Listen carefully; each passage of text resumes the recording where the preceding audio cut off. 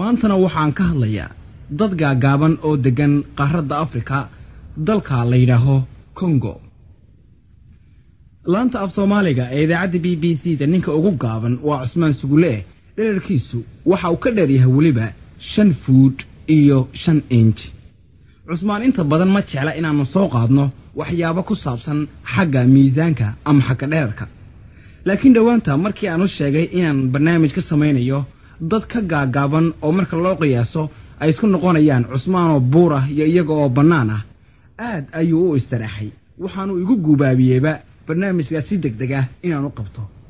barnaamijkaasi haddaba maanta waxaan kaga hadlayaa dadka la yiraahdo pygmies.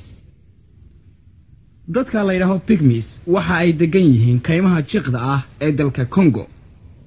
inta badan dhererkooda wuxuu u dhaxeeyaa 3 foot iyo 6 inch ilaa 4 foot.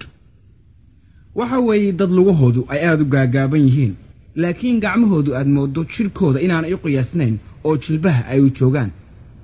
midabkoodu inta badan waxa weeye midab dhalaalooya oo sida ciidda u eeg, laakiin qaarkood baa la yidhi aad ayay u madow yihiin.